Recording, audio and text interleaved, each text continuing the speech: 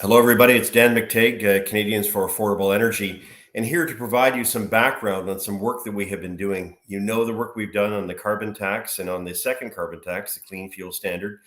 You probably are also familiar with our tireless work in a number of areas dealing with the cost of energy, eroding affordability, and government policies that are, to a large extent, and to a growing number of Canadians, leading to inflation and grinding many Canadians into a situation where they have no choice between choosing between what they eat, and how they get to work. And so our focus has been on something that has sort of gone under the radar for some time, although it is here in Ontario. Its emphasis is also being taken up by the federal Liberal government under Stéphane Guilbeault, the Minister of Environment and Climate Change. And that is the move by activists to try to phase out natural gas in the mix of energy generation here in Ontario. This attempt to phase out suggests that natural gas is somehow bad, and that our ability to use it can somehow be mitigated by using alternatives like windmills and solar panels.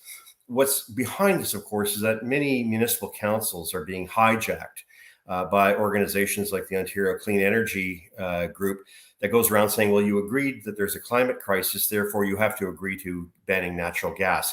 I want to make it very clear that the work that we have done with Professor Ross McKittrick of LFX Associates, which is now on our website here, Canadians for Affordable Energy, points out that such a move, now being pushed by some 36 municipalities in Ontario, I think that's the last number we saw, is in fact going to lead to a significant drawdown in the finances of every single person in this province. It will achieve nothing as far as environmental benefits. And we already have a very clean grid, among the world's best when it comes to doing this. And of course, the alternatives that are being promoted by the activists are that we can get our hydro from Quebec. Quebec, in the month of January, in the month of February and March, almost every year, are knocking on Ontario's door saying, can you provide us with some energy? Not the other way around. So where you're going to get this kind of additional energy when you need it the most? Well, Professor McKittrick puts out very clearly, you have obviously municipalities that are engaging in a significant misunderstanding of our energy grid. You need what's both called baseload power, and you need peaking power. Baseload is what we have all the time. It's either produced by hydro or by nuclear, which 85% of our power comes from. The other power comes on when you truly need it most, what's called dispatchability. What that really means is on a very cold day, on a very hot day, when wind isn't turning, so the windmills aren't providing you any additional power, or when you have dark days, as you see many days of summer, the only thing that works, that is technologically possible, is natural gas. Natural gas isn't just something that we can easily dismiss. Europe now sees it as an important transitional fuel to the days of net zero when we go down the road in 20 or 30 or 40 years from now. But to abandon this now would cost consumers anywhere from $28,000 to $3,300 a year. We would lose about 2 to 3% of our GDP here in Ontario. And again, there would be no environmental outcomes of any benefit whatsoever. That's because Ontario's power grid is already very clean. Now, this information is available to you. You simply have to go on our website and you can read the report. But I find it astounding that there are people actually out there who believe that we can magically wish these things away.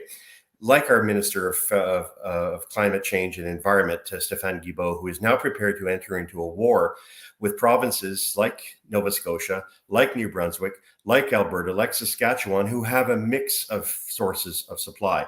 And while they are trying to change that mix to make it, as it were, less emission intensive, it cannot be done overnight. And existing technologies, as I mentioned earlier, like windmills and solar panels and battery storage, is simply inadequate to meet the baseload, peak, and of course, dispatchable needs that we truly need in a country like Canada, which is among the most inhospitable as far as weather is concerned. So to get a dose of reality, I think it's important people put things in perspective.